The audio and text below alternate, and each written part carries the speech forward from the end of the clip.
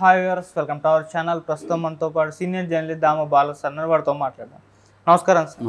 Sir, Duvvada Srinivas వివాదం ఇంకా continue అవుతూ వస్తుంది సార్. అయితే మొన్నటి వరకు కూడా ఆయన పైన అటాక్ జరిగింది, వాళ్ళ భార్య వైపు నుంచి కానివ్వండి, మీడియా వైపు నుంచి కానివ్వండి. ఇప్పుడు అతనే అటాక్ చేయడం మొదలు పెట్టారంటున్నారు. హైకోర్టులో పిటిషన్ కూడా వేశారని చెప్పేసి వార్తలు వస్తున్నాయి. మరి ఏం పిటిషన్ వేశారు, మరి హైకోర్టు ఏ విధంగా రియాక్ట్ అయింది, మీరేం చెప్తారు సార్ ఇష్యూ పైన?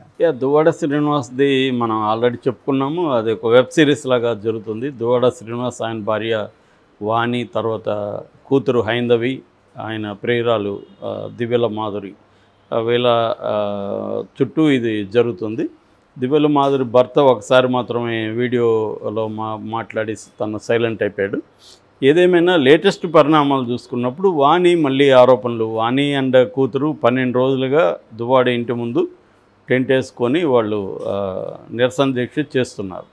ఈ క్రమంలో ఆమె మీడియా గమ్మున ఉండదు కాబట్టి మీడియా వెళ్తుంది. ఆమె ఏదో ఒకటి చెప్పాలి కాబట్టి ఆమె చెప్తుంది. అలాగే ఆమె ఏం చెప్తుంది లేటెస్ట్గా అంటే, మాధురి వల్ల ఆయనకు ప్రాణహాని ఉందని ఆమె చెప్పింది. దాంతో మాధురి మళ్ళీ వీడియో చేసింది. మాధురి కూడా ఏం చెప్పిందంటే, నా వల్ల ప్రాణహాని ఉంటే 2 ఏళ్ళు నాతో ఉన్నాడు ఆయన, ఆమె వల్ల ప్రాణహాని కదా బయటకు వచ్చాడు ఆయన, నా వల్ల ఉందంటుంది ఏమిటి అనేది ఒకటి చెప్పింది. రెండవ అంశం, ఆమె ఇప్పుడు ఈ దువ్వాడ ఉంటున్న ఇల్లుని అడుగుతుంది వాణి. ఆ ఇల్లుకి సంబంధించి నేను 2 కోట్లు ఇచ్చాను నిర్మాణానికి, ఆ 2 కోట్లు నాది కాబట్టి ఆ దువ్వాడ ఉంటే నేనేం అడగను, నాకు ఆ 2 కోట్లు అవసరం లేదు. కానీ వానికి ఆ ఇల్లు ఇచ్చేటే ఉంటే మాత్రం నేను కూడా వచ్చి ఆ ఇంట్లో కూర్చుంటా, ఎందుకంటే నాకు కూడా వాటా ఉంది, నేను 2 కోట్లు ఇచ్చాను అని ఆమె చెప్పింది. అట్ ద సేమ్ టైం ఆమెకు యాక్సిడెంట్ అయిన తర్వాత బ్రెయిన్లో బ్లడ్ క్లాట్ అయింది కాబట్టి డాక్టర్సు మీడియా ముందుకెళ్ళి, నువ్వు ఎగ్జైట్ అయితే అది ఆ బ్లడ్ క్లాట్ ఇంకా సివియర్ అవుతుంది కాబట్టి ప్రశాంతంగా ఉండాలి అని చెప్పారు. కాబట్టి నేను ఒక 10 రోజుల వరకు సోషల్ మీడియా వైపు రానని ఆమె చెప్పింది. ఇక దువ్వాడ నిన్న ఆయన మీడియాతో కూడా మాట్లాడాడు. ఆయన ఏమన్నా అంటే, నా దగ్గర 30 కోట్లు ఉంది, 30 కోట్లు 29 కోట్లు నా కూతురులకి ఇస్తాను కానీ వాణితో మాత్రం ఉండే ప్రసక్తి లేదు అని. ఎందుకంటే వాణి నువ్వు నీ ఇష్టం వచ్చినట్టు ఎవరితోన్నా ఊరికి కానీ నాతో మాత్రం ఉండని ఆమె చెప్తుంది. ఈ నాతో ఉండనేది ఎందుకు చెప్తుందంటే, నన్ను ఆమె రాజకీయంగా సమాజ్ చేయాలనే ఉద్దేశంతోనే చెప్తుంది అనేది దువ్వాడ ఆరోపిస్తున్నాడు. గతంలో కూడా నన్ను టెక్కల నుంచి తరిమేయాలనే ప్లాన్ చేసింది, తనకి రాజకీయ ఆకాంక్షలు ఉన్నాయి, అందుకని నా మీద ఇలా చేస్తుంది అనేది ఈయన చెప్పాడు. నేను డబ్బులైనా ఇస్తాను కానీ నేనైతే ఆమెతో ఉండే ప్రసక్తి లేదన్నాడు. దానికి సంబంధించి ఒక లాయర్ ద్వారా విడాకుల నోటీసు కూడా వానికి పంపించాను. సో లాయర్ సలహాతోనే ఇప్పుడు ఆమె ప్లేట్ ఫిరాయించి నాతో ఉండండి చాలు అంటా ఉంది. అంటే విడాకులు తీసుకోవడం ఆమెకి ఇష్టం లేదు, విడాకులు ఇవ్వడం. కాబట్టి గోల్ చేస్తే రేపు కోర్టులు విడాకులు ఇచ్చే అవకాశం ఉంది కాబట్టి లాయర్ ఆమెకు సలహా ఇచ్చాడు. దాంతో ఆమె ప్లేట్ ఫిరాయించి మీరు నాతో ఉంటే చాలని నన్ను ఏదో ఆమె గొప్పగా చూసుకుంటున్నట్టుగా, ఆమె బాగా చూసుకుంటూ నేను ఎందుకు బయటకు వస్తాను అసలు అని అతను చెప్తున్నాడు. సో నా కూతుర్ని కూడా రెచ్చగొట్టి వీళ్ళిద్దరు చేస్తున్నారు.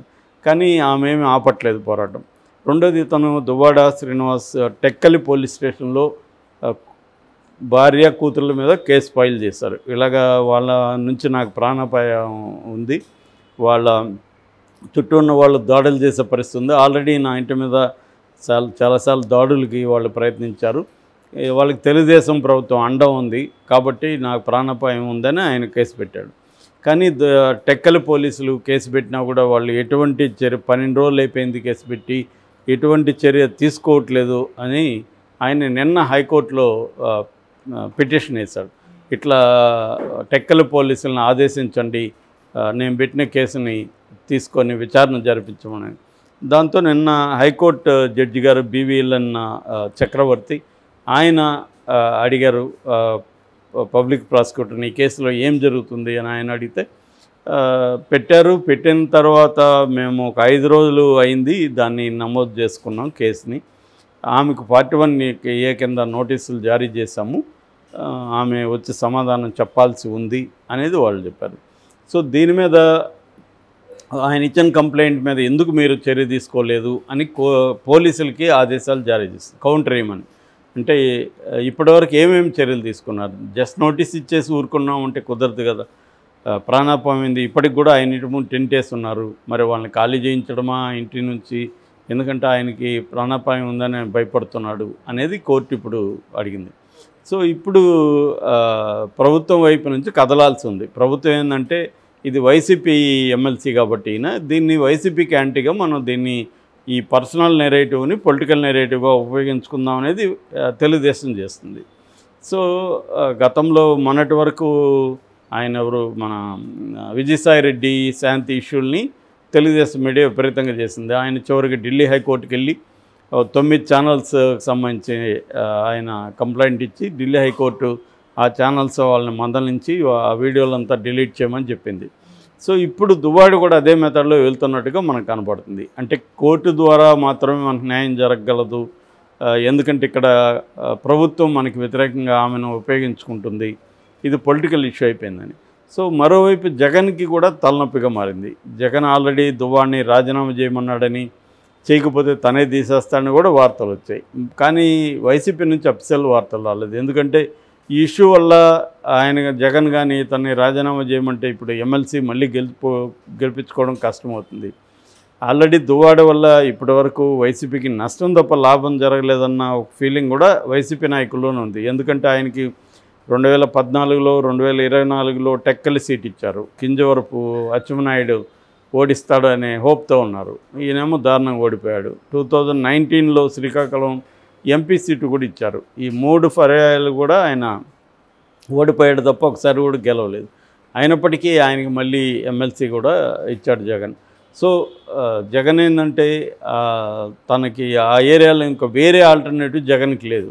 వేరే వైసీపీలో తగిన అర్ధబలం ఉన్న నాయకుడు ఎవరు కనిపించలేదు. అందుకని ఈయన మీద అక్కడ డిపెండ్ అయినట్టు కనపడుతుంది. ఈయనేమో ఇలాగా తన ఇంటి గుట్టును బయటేసుకుని అల్లరైపోతున్నాడు. సో ఎందుకంటే ఎప్పుడైనా కూడా మీడియా డ్రామా చేయాలంటే ఆ వ్యక్తుల్లో కూడా ఎంతో కొంత డ్రామాటిక్ ఎలిమెంట్స్ లేకపోతే మీడియా ఎక్కువ కాలం చేయలేదు. సో వీళ్ళు దాన్ని మీడియాకి ఫీడ్ ఇస్తున్నారు. వీళ్ళు మాధురికి ముందు నుంచి మీడియాతో ఇంటరాక్షన్ ఉంది. ఆమె ఓన్గా రీల్స్ చేయడం, ఇన్స్టా రీల్స్ చేయడం ఇవన్నీ చేస్తుంది. ఆమె డ్యాన్సులు వేయడం ఇవన్నీ చేస్తుంది. ఒక పక్క వాణి కూడా ఆమెకి పొలిటికల్ ఆస్పిరేషన్స్ ఉన్నాయి. భర్త కాకుండా నేను కూడా పొలిటికల్గా యాక్టివ్ కావాలనేది ఆమెకి ఉంది. సో ఆమె మీడియా ఫ్రెండ్లీగా ఆమెకు కూడా అది పబ్లిసిటీ వస్తుంది. మాధురికి దీనివల్ల ఓవరాల్గా మనకు మంచిగా పబ్లిసిటీ వచ్చింది, మన వీడియోలు బాగుపోతాయి, ఆమె కొంత అప్పిచ్చున్నట్టు కనపడుతుంది. సో వాళ్ళ హస్బెండ్ చెప్పాడు కదా ఆల్రెడీ, మహేష్ చంద్రబోస్, నేను 10 లక్షల నెలకి ఈమెకు పంపిస్తున్నాను. సో ఆ రకంగా ఆమెకి ఫైనాన్షియల్గా ఏమి ఇబ్బందులు ఉన్నట్టుగా లేదు. ఇక్కడ వీళ్ళ దీంట్లో మొత్తంగా పొలిటికల్ కెరీర్ పరంగా చాలా ఇబ్బందులు ఎదుర్కొంటుండేది దువ్వాడ శ్రీనివాస్. అతను ఆల్రెడీ ఓటమిలో ఉన్నాడు. కనీసం ఎమ్మెల్సీగా ఉండి అతను ఏదో పొలిటికల్గా యాక్టివ్గా ఉండే అవకాశం ఉంది. కానీ దీనివల్ల ఇప్పుడు అతను ఎమ్మెల్సీకి కూడా ప్రమాదం అవుతుంది. అందుకని మేబీ వైసీపీ నాయకులు సలహాలు ఇచ్చారా ఏందని కోర్టుకి వెళ్ళండి మీరు, ఎందుకంటే ఈ తెలుగుదేశం ప్రభుత్వం ఎలాగో వాణి వైపే ఉంటుంది, మీడియా అంతా కూడా వాణి వైపే ఉంటుంది, వాణికి అన్యాయం జరిగిందనేది ప్రొజెక్ట్ చేస్తుంది. ఇక్కడ క్లియర్గా ఏంటంటే వాళ్ళిద్దరి మధ్య ప్రాబ్లమ్స్ వచ్చాయి, వాళ్ళు విడిపోదలుచుకున్నారు. బట్ ఆమె విడాకులు ఇవ్వదలుచుకోలేదు తనకి. సో దాన్ని లీగల్గా పరిష్కరించుకోవాలి తప్ప వేరే మార్గమేమి లేదు. దాన్ని మధ్యలో మీడియాను పొలిటికల్ పార్టీలు మనలాంటి వాళ్ళు పరిష్కరించే పరిస్థితి కాదు. అదేంటంటే లీగల్గా వాళ్ళు కోర్టులో చేసుకోవాలి. ఇటు మాధురి చెప్పినట్టుగా లీగల్ పొజిషన్ పరంగా వాళ్ళిద్దరూ మధ్య లైంగిక సంబంధం ఉన్నా కూడా లీగల్గా చూసుకున్నప్పుడు అది నేరం కాదు. మోరల్గా అంటే ఆల్రెడీ భార్యతో ఆయన 2 ఏళ్ళుగా లేడు. మామూలుగా 1 ఇయర్ భార్యతో దూరంగా ఉంటేనే విడాకులు తీసుకోవచ్చు అనేది చట్టం చెప్తుంది. కాకపోతే అది కోర్టులో ప్రూవ్ చేసుకొని తీసుకోవాలి. దానికి ఇట్ టేక్స్ టైం. ఎందుకంటే కంటెస్ట్ చేసినప్పుడు విడాకులు అనేవి త్వరగా రావు మన దేశంలో ప్రజెంట్ ఎగ్జిస్టింగ్ చట్టాల ప్రకారం.